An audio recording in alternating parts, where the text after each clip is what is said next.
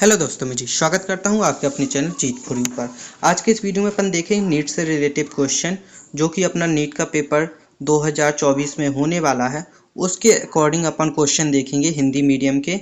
अगर आपको English medium के क्वेश्चन भी चाहिए और आपको इनका इंग्लिश में मतलब ट्रांसलेशन भी चाहिए, तो आप कमेंट करके बता सकते हैं कि हमें इंग्लिश क्वेश्चन भी चाहिए, या साथ ही साथ नीचे इंग्लिश लिखी हो वैसे क्वेश्चन चाहिए, या बगल वाली इंग्लिश लिखी हो कैसी भी क्वेश्चन चाहिए, तो आप मेरे को कमेंट कर सकते हैं, ठीक है ना। तो इससे आज अपन स्टार्ट करेंगे आज से। तो डेली के आपको 20 से 25 क्वेश्चन देखने को मिलेंगे।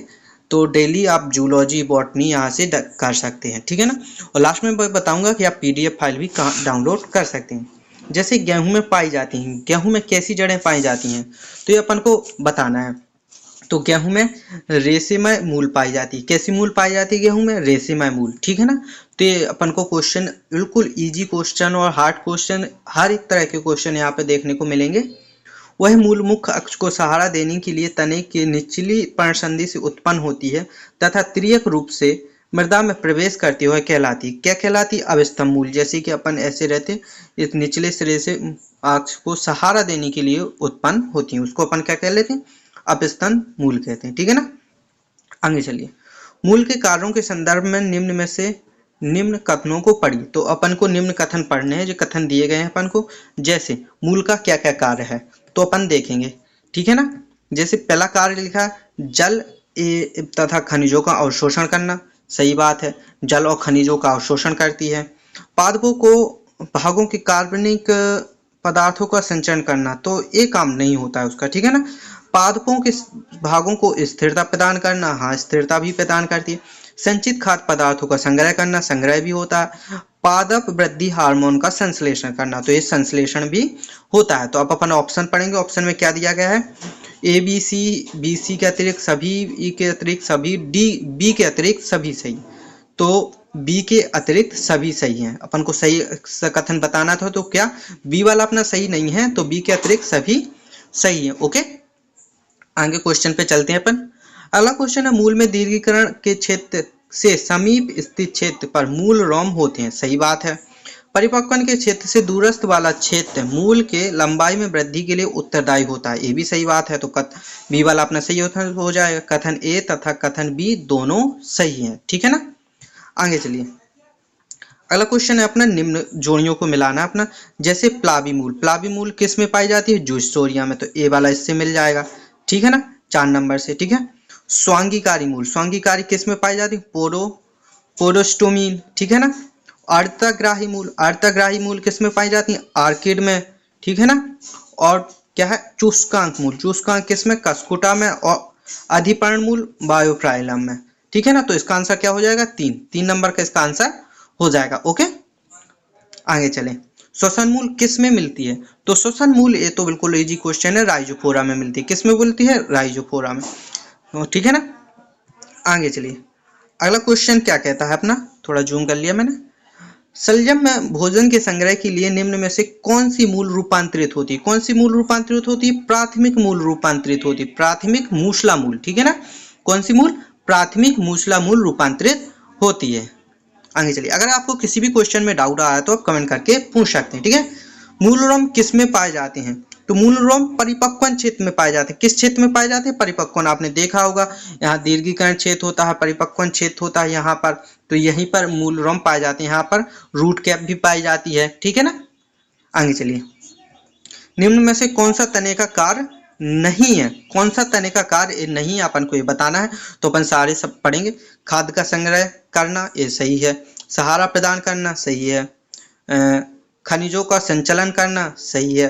कायिक प्रवर्धन करना, सही है। खनिजों का अवशोषण करना, ये जड़ का काम होता है, ये तने का कार्य नहीं होता, तो ये वाला गलत हो जाएगा, ठीक है ना। तो अब क्या अब करना है? केवल गलत कथन का चयन करना है, तो केवल ई आ जाएगा। कौन सा गलत है? केवल ई वाला अपना गलत है, ठीक है ना। आगे चलिए। भूपृष्ठीय कमजोर तने के संदर्भ में एक विषम विकल्प का चयन करना है अपन को। भूपृष्ठीय कमजोर तने के संदर्भ में अपन को एक विषम विकल्प का चयन करना है, तो क्या आ जाएगा? प्रतान। ये भूस्तारिका, भूस्तारी, उपभूस्तारिका, ये अपना प्रतान अलग होता है, ठीक है ना। साखित प्रकंद किसमें नहीं मिलता है? साखित बताना जी, इसमें साखित होता है, इसमें भी होता है, इसमें भी होता है, लेकिन डायोप्टेरिस में साखित नहीं होता। तो आंसर अपना तीसरा वाला होगा। आंसर कौन सा होगा? तीसरा वाला। ठीक है ना। आगे चलिए, अगला क्वेश्चन भी अपना सही जोड़ी के ऊपर आ गया है। थोड़ा जूम आउट करके अपन को बता देते हैं। चलिए, पहला है प्रकंद। प्रकंद कहाँ पर पाया जाता है? प्रकंद पाया जाता है कुरकुमा में। ठीक है ना, कहाँ पे? कुरकुमा। और शल्ककंद, शल्ककंद कहाँ पाया जाता है? लिली में। अंतभुजतारिका कहाँ पाई जाती है? केला में। और घनकंद कहाँ पाया जाता है? ग्लेडियोलस में। और उपभुजतारिका कहाँ पाई जाती है? घास में। तो इसका आंसर क्या हो जाएगा? 3 वाला इसका आंसर हो जाएगा। ओके, आगे चलिए। पर्णों संधि पर उपस्थित लंबी पर्ण तथा मूल वाली दीर्घिश्यान शाखा होती है। क्या होती है दीर्घिश्यान शाखा? उपभुजतारिका। क्या होती है? उपपरिस्तारिका। ओके, आगे। कुछ फलीदार पादपों में पर्णधार फूल जाता है जो पर्णवृंत कहलाता है। सही आंसर है।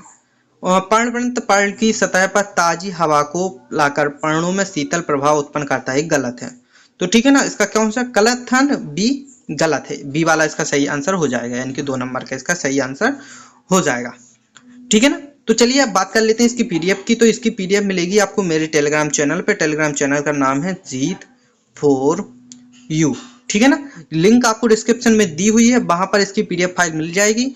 तो आप वहां से जाकर डाउनलोड कर सकते हो। उसका इंग्लिश अनुवाद भी वहीं पर मिल जाएगा।